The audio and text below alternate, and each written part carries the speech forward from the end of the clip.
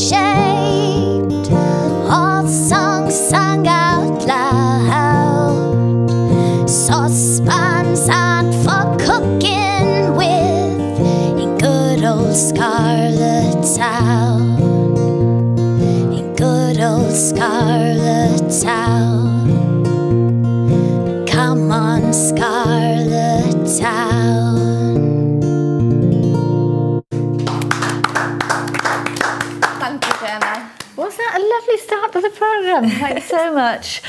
Now, down to business. So let's start the day with a Bay TV exclusive, an interview with the Shadow Chancellor, John McDonnell, on a visit to Pembrokeshire yesterday. Over now to Llanelli Online reporter Alan Evans. Andrew R.T. Davis is saying that Labour Party, contradicting each other in Westminster and in the Welsh Assembly government. You're not to be trusted with the country's finances. You're full of MP rhetoric. You're on the run. You've betrayed the students as far as the debts and the loans. Is he right? He's talking absolute rubbish, isn't he? Absolute rubbish. But I find it laughable. This is coming from a political party that is, well, not my quote, a quote from a Tory MP, fighting like rats in a sack to who's going to replace Theresa May and when they're going to get rid of her. It's laughable. Well, the situation is this. When it comes down to student fees, we've said we're going to scrap them. We're going to scrap them. When we go to government, we're going to scrap them. What we've also said is whatever we can do to alleviate the debt problem on students, we will. So I've been tasked by Jeremy Corbyn to try and look at a solution for that. What Jeremy Corbyn said in the manifesto promise, we will scrap tuition fees. He then said in an interview, we'll help on the debt as best we can. We've just discovered the debt is between 80 and 100 billion. We now know as well that half that debt won't be paid. whoever's in government has got to tackle the system because it's imploding. On Brexit, let me just say on Brexit, we're all on the same page. Carwyn, Jeremy, myself and all the others. We all know what the objective is. Tariff-free access to the single market. The structures are secondary to that. We think we can negotiate a deal with our European partners on the basis of securing that access, but also with a bit of flexibility on issues like freedom of movement. I think because we're the fifth largest economy in the world, that special status is recognised in Europe, and as a result of that, we'll get the best deal. Quite strong stuff. I know. Yes, of course. I suppose in our day we didn't have to pay student fees, did we? Tuition fees. That's true. No, that's true. It's changed completely, really, hasn't it? And, so how do you feel about the situation now? well, I think it's true that young people are building up a massive debt. I've got two sons. They've both had student loans and they both got debts. They paid some of it off, but I mean, you've got to earn £21,000 a year before it's taken off you. But after that, it's a debt for life almost. And especially if young people want to buy a house. I mean, again, I've got two sons. The younger one's just bought the flat with help from me, but otherwise he wouldn't have been able to do that. So yeah, I think it's quite a liability around young people's necks, really. I think it is some people with a real fear of the future, you know, they're burdened with this debt all the time, and it can really shape some people. Some people can probably ignore it and let it just go into the background, but some people, I think it really shapes their whole view on life, and it can be a real burden to them and a real worry to them. It's also an argument, isn't it, that it gets people sort of used to being in debt. Yes. Rather than when we were growing up, we were supposed to be sort of solvent, I'm not saying. Well, you want to celebrate. If you manage to get a good job after university and things, you want to celebrate, and suddenly you think, well, I'm celebrating, now I'm going to have to start paying a load back as well, and I think that can really be upsetting for some people. It's sort of... Yeah, it could also deter people from actually going to university in the first place. Absolutely.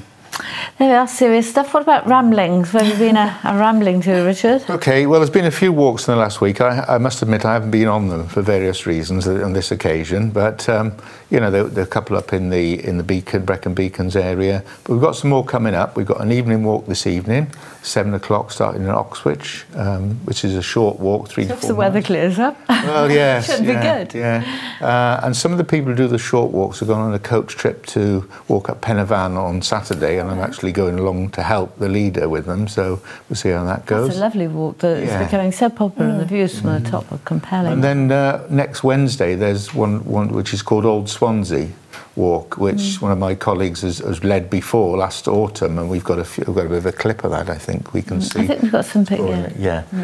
So it's next Wednesday. It starts at 10 o'clock in the Maritime Quarter. This is where we went. We'll be going. This is Cumdonkin Park, which of course where this is a previous Thomas trip, was. Obviously. Yes, it's a previous one. It's a wonderful name, isn't it? Dylan Marlice Thomas. It is.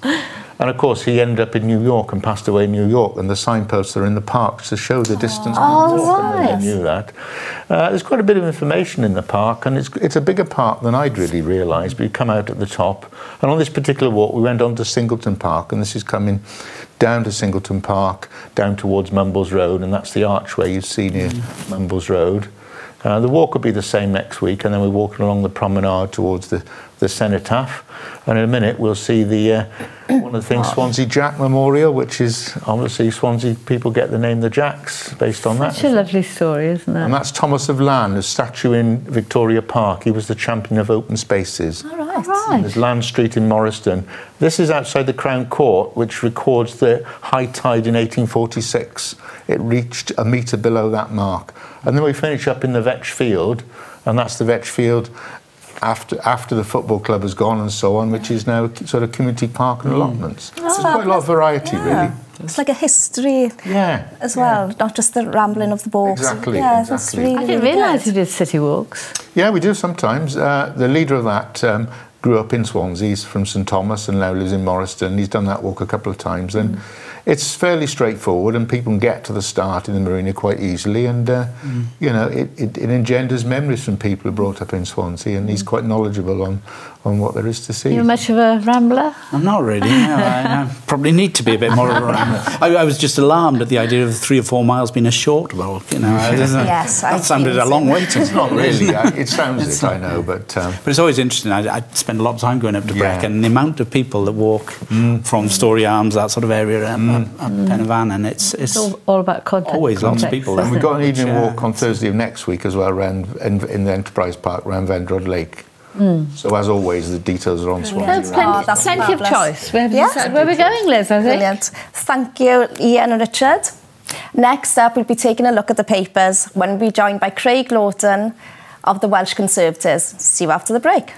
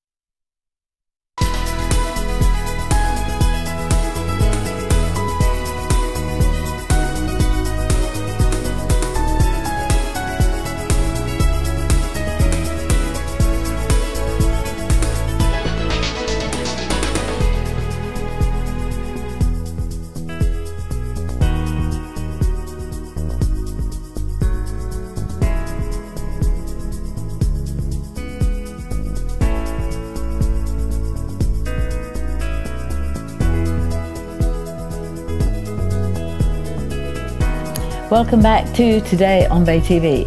I'm Gaynor Morgan, this is Liz Cairns, and our guests today are Craig Lawson of the Welsh Conservatives and, of course, Canon Ian Rees of Swansea's St Mary's Church. So, welcome, thank you first. So, shall we see what's in the papers? In the Daily Mail, escape from Inferno on the Riviera, and there's dramatic images of the wildfire in southeastern France. They covered in mainly all the papers. And what happened was the fact that so many British tourists have had to sleep now onto the beach. They don't know what's going to happen with regards to if they're insured through the crisis as well. They've lost their cars, their possessions. The beach is actually Beaumet les Mimosas. I think that's how you pronounce it. Yeah. And that's where they're all had to sleep. And they think they'll have to sleep again there tonight. But the speculation at the moment is it could have been down to arson. That's how it started.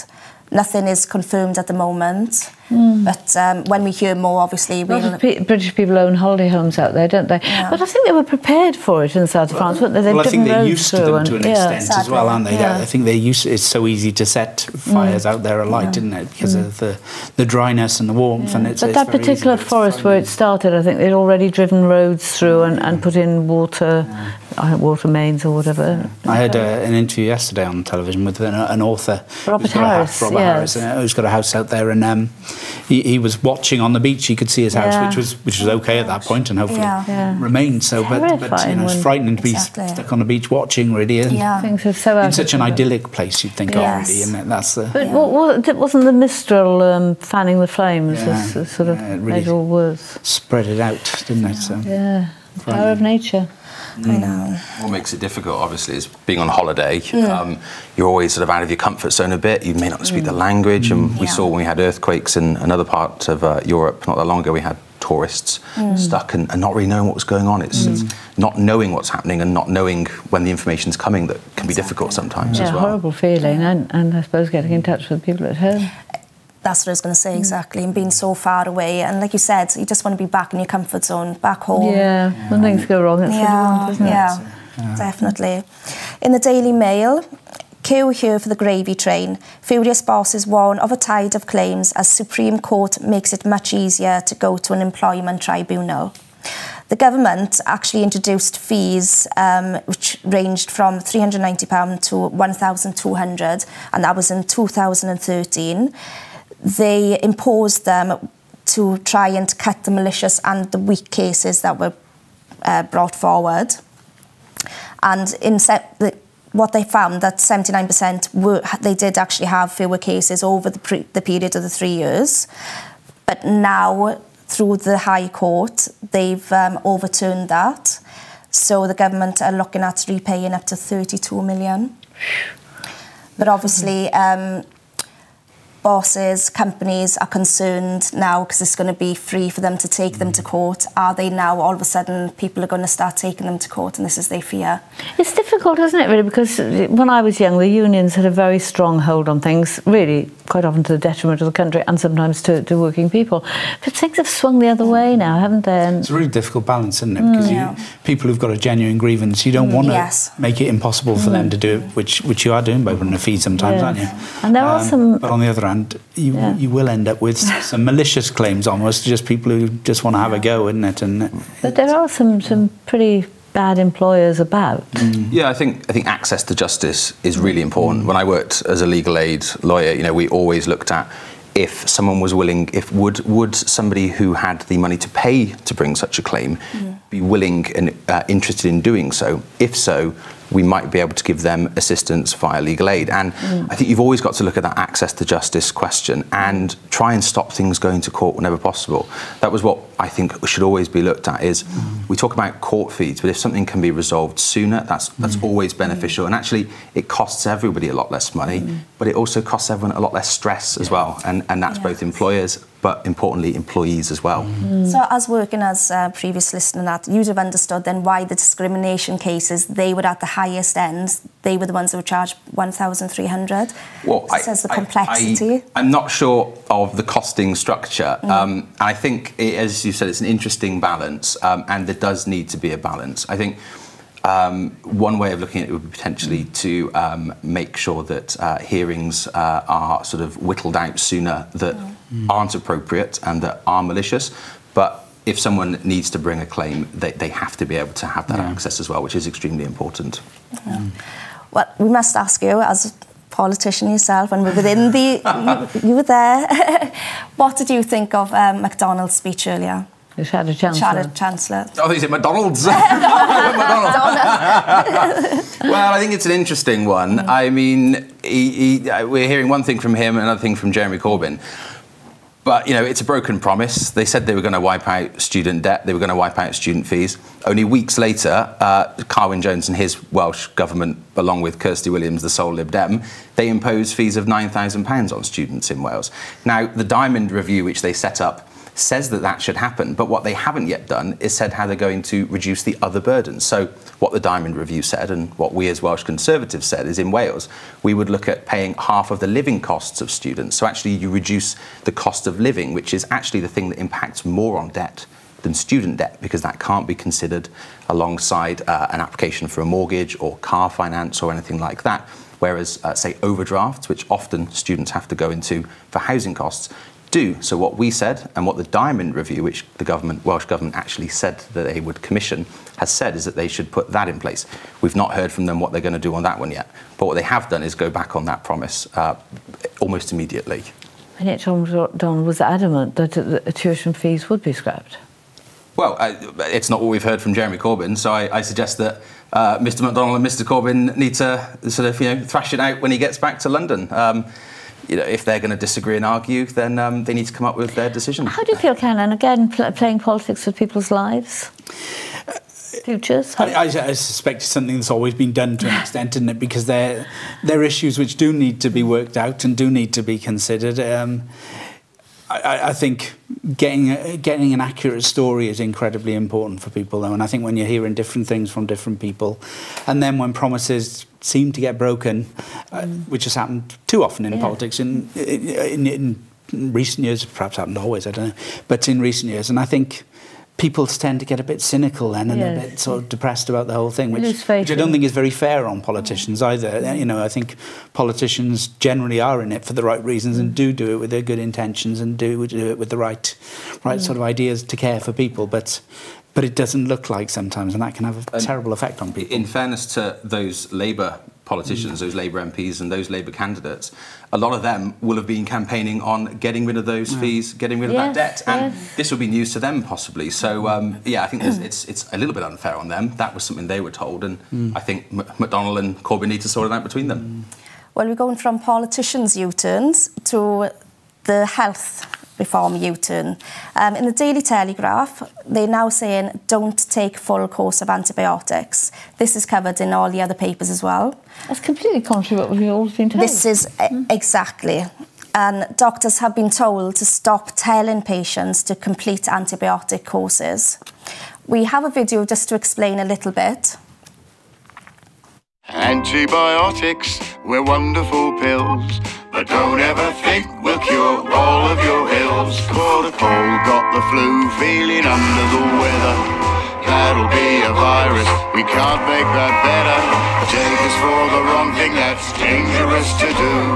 When you really need us, we can stop working for you. So please don't end up paying the price. Always take your doctor's advice. Always take your doctor's advice. But that now, the NHS and the World Health Organization, they were actually opposed to these new rulings. They were actually saying that you should continue the course all the way through. Whereas the Public Health and the University of Oxford, through doing the eminent specialists, they have now found that you shouldn't. You should basically listen to your body. As soon as you start feeling better, that is when you should stop. Otherwise, you're building up a series of bacteria, which then can imminently be detrimental on the other hand. Well, so what do you think of all that? All of a sudden? It's a bit academic. Try getting antibiotics from your doctor.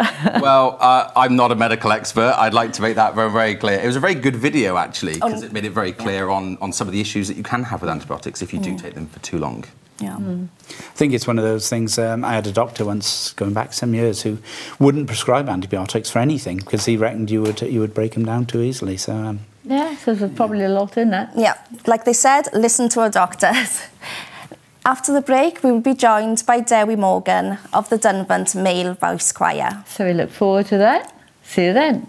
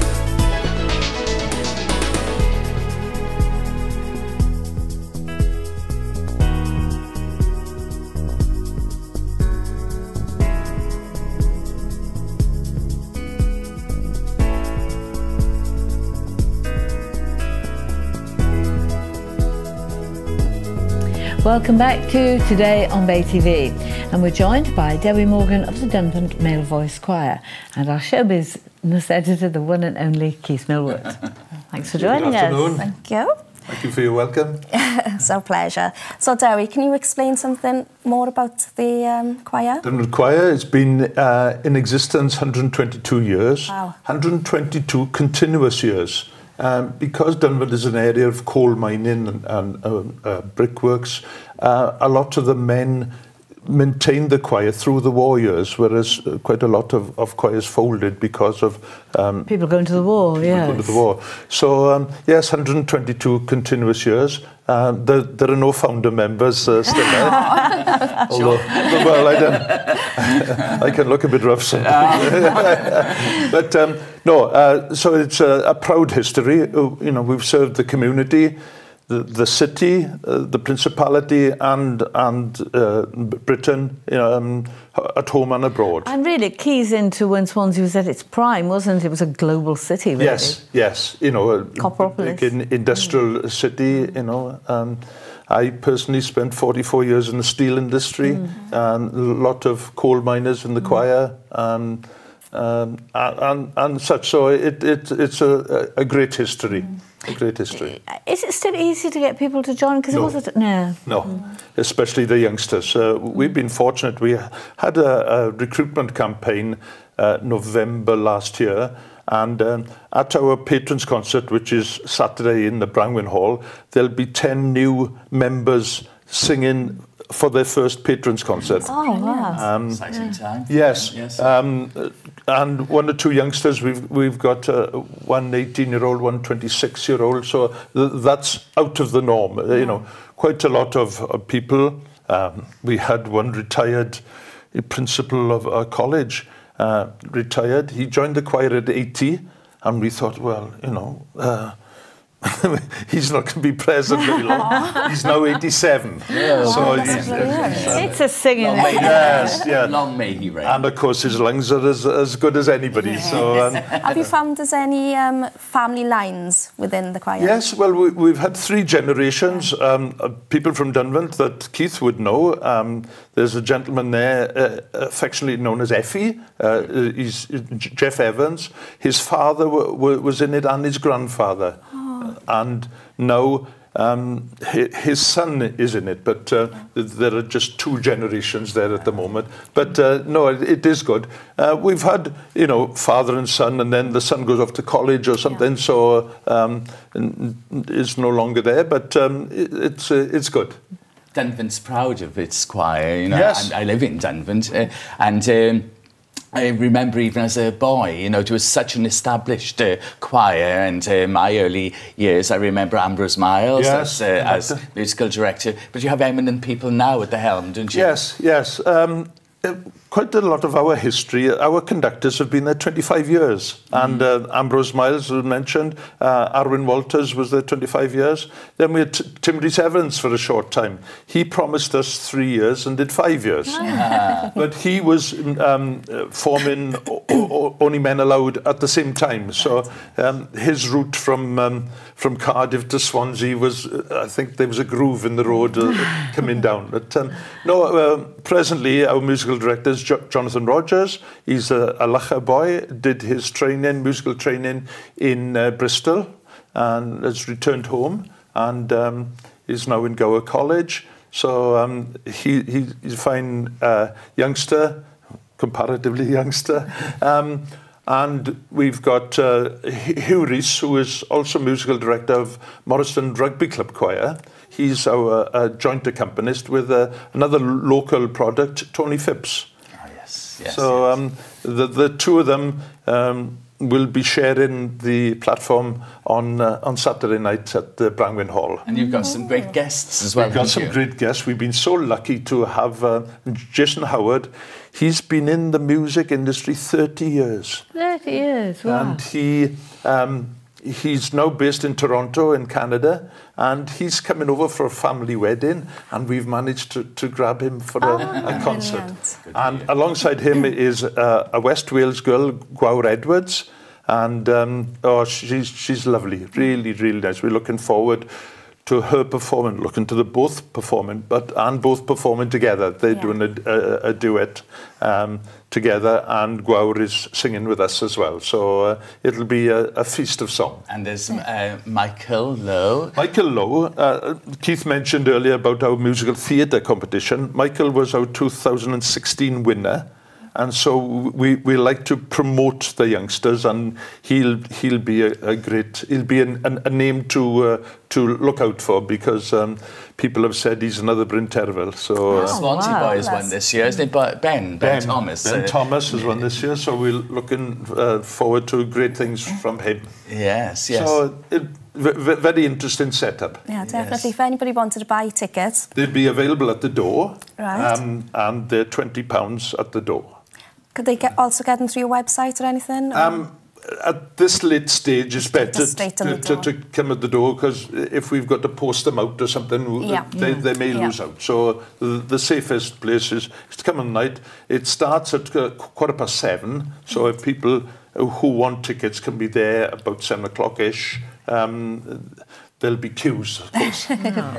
Hoping so. Brilliant. Will you be in the queue? Well, I'd like to be, because it's the music, it's for the soul. And when you hear a male voice choir, it goes right to the soul, goes to the heart, isn't it? You know. Yeah. But singing is so good for us all, isn't it? Oh, you definitely. know. And we are hearing, we talk about health. It's good for health as well. I think we could actually listen to your choir in action, which would be a treat, wouldn't it? Enough to... Look, it is night, dumbly, royally winding through the coronation cherry trees, going through the graveyards of Bethesda, with the winds gloved and folded and dew-doffed, tumbling by the sailors' arms. Time passes. Listen, time passes. Come closer now. Every morning when I wake, dear Lord, a little prayer I make. Oh, please to keep thy lovely eye on all poor creatures born to die. And every evening at sundown, I ask a blessing on the town. For whether we last the night or no, I'm sure it's always touch and go.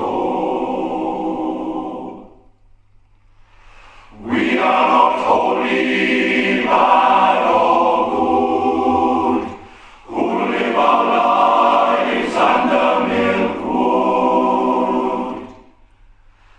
And thou, I know, wilt be the first to see our best side, not our worst. Oh, let us see another day. Bless us all this night, I pray. And to the sun we all will bow and say goodbye, but just for That actually gave me goosebumps. It has quite an eerie feeling, doesn't Quite it? emotional, And you were singing along. Yeah, of course, it's Dylan Thomas's words too. The music is a chant, Troit chant, so it's got a bit of flow about it, and it is quite eerie. Say goodbye, but just for now. Yeah. You know, and where was that rehearsed then? That was recorded in the BBC studios in just further along the road, Alexandra Road. Yes. Yes.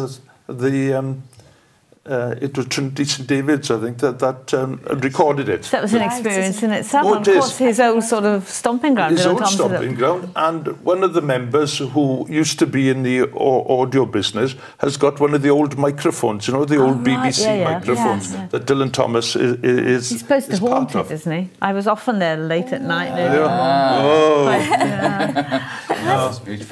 It's been a real treat. Thank you so much. I've really enjoyed, and haven't we? Yes, and all the best for the concert. Thanks so much, both of you. And after the break, we'll be hearing more from singer-songwriter Jemma Krysa, and you'll be staying with us, won't you? Yes, look forward to it.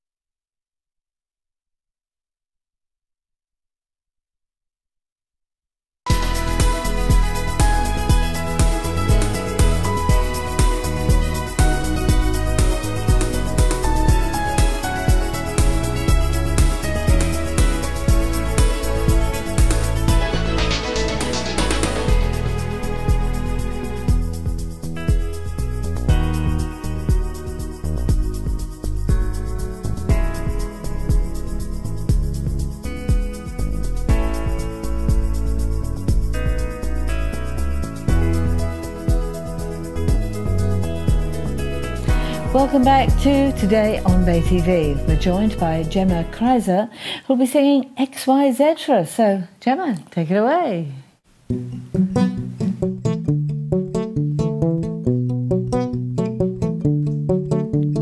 Biscuit tin, perfect aim, shot her lover in the brain. Black art, love dot, stole a boy's heart, drove her lover boy insane. Lay your head down here, I can rest when I am dead. Lay your head down here, I can rest when I am dead.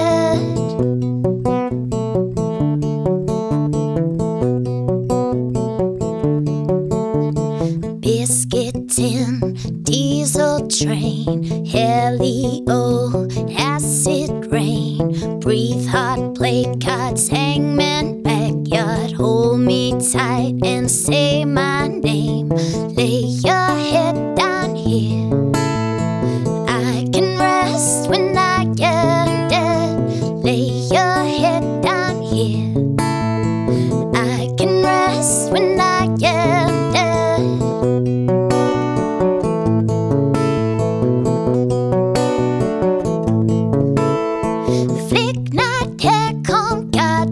Telephone crying by the brick house door. She had cut her daddy's throat and stole his 44. She read somewhere that there's no heaven and that there's no hell.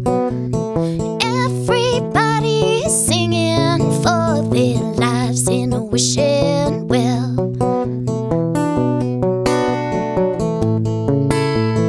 Biscuit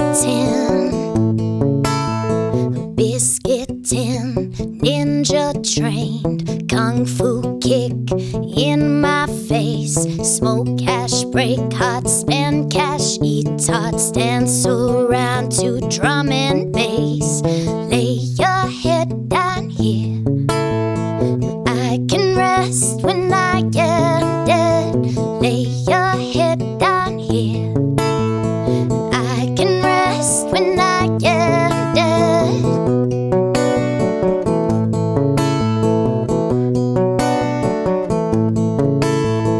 Thick night hair, cold guards on the telephone, crying by the brick house door. She had cut her daddy's throat and stole his 44. She read somewhere that there's no heaven and that there's no hell. Everybody's swimming for their lives in a wishing well. Their lives in a wishing well. Biscuit tin, biscuit tin, biscuit tin.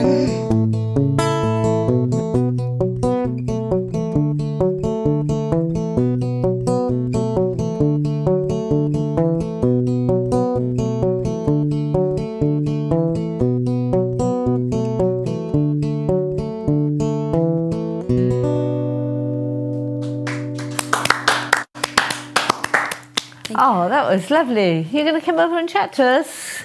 Hear all about your... It's wonderful, isn't she? Brilliant. Oh, I feel quite chilled and happy now. Yeah. This little voice as well is amazing. But yet you have such a strong, powerful voice at the same time. Thank you. That's brilliant. Where do you get your inspiration from for your lyrics? I can understand with Scarlett's. Well, the first song I did, Scarlet Town, that was I wrote that one for the Scarlets rugby because they asked me to play before and after their games for a few of their matches. So I thought I'd write a song about it, and it's gone down really well in Llanelli. So you've champed in it when you go there? Yeah, I've even seen, like, sort of when I've been busking it in town, I've seen people sort of walking around the streets singing along to it, and I'm like, God, it's like. So you're from Llanelli? No, I'm not. No, even in the song it says that I grew up in Llanelli, but I just did that for the song, you know. Yeah. But I'm from Ammanford Way, Targwaith. Oh, that's not so far, is it? Yeah. So, is that your inspiration, your surroundings and your upbringing? I write about everything, really. Just life experiences, and just that song I just did just now is called Biscuit Tin, and it's just about a crazy sort of psycho girl, a bit like myself, really. It was lovely, though. I liked the sort of rhythm to it. Yeah, thank you.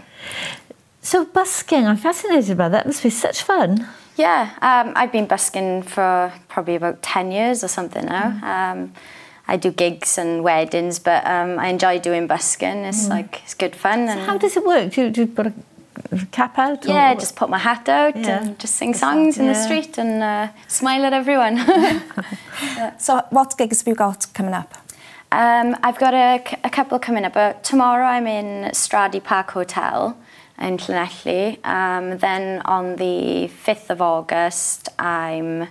Oh, let me check my piece of paper here, because I did write them down. I'm in Dunvant Cricket Club. And then on the 2nd of September, I'm in the Carmarthen Vintage Car Show Festival. Oh, so very much into band. And you've been doing some recording? Yes, I'm due to record. I've been sort of getting all my songs together and ready to record my album now. Brilliant. So where are you going to do that? I'm not sure yet.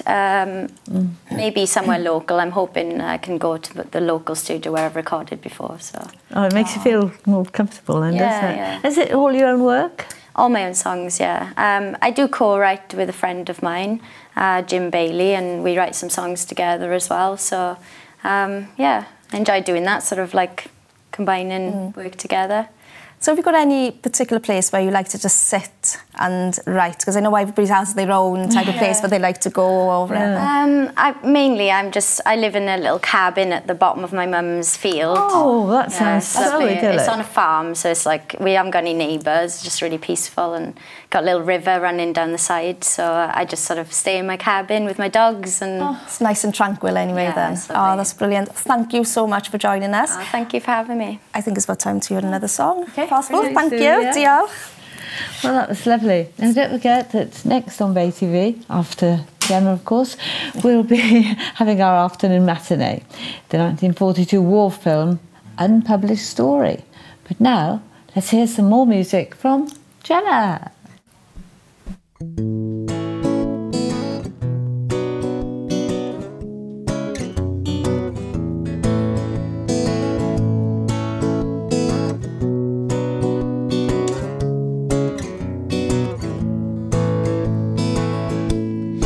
Looked at me with his eyes so wide, and he can't see the firewood from the trees.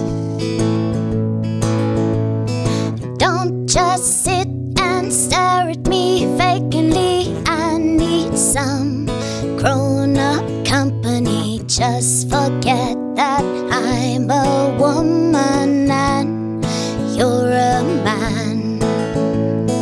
All your love just drives me around the bend. Why can't you treat me like a friend? Baby, that is what I need. But he looked at me with his eyes so wide, and he can't see the firewood from the trees. 1, 2, 3, 4, 5, 6, 7, 8. Meet me at the cafe. Don't be late. There is something I have to say. You love me, but not I you. I cannot see this true love through. Baby, that is what I need. But he looked at me with his eyes so wide, and he can't see the firewood from the trees. He looked at me with his eyes so wide, and he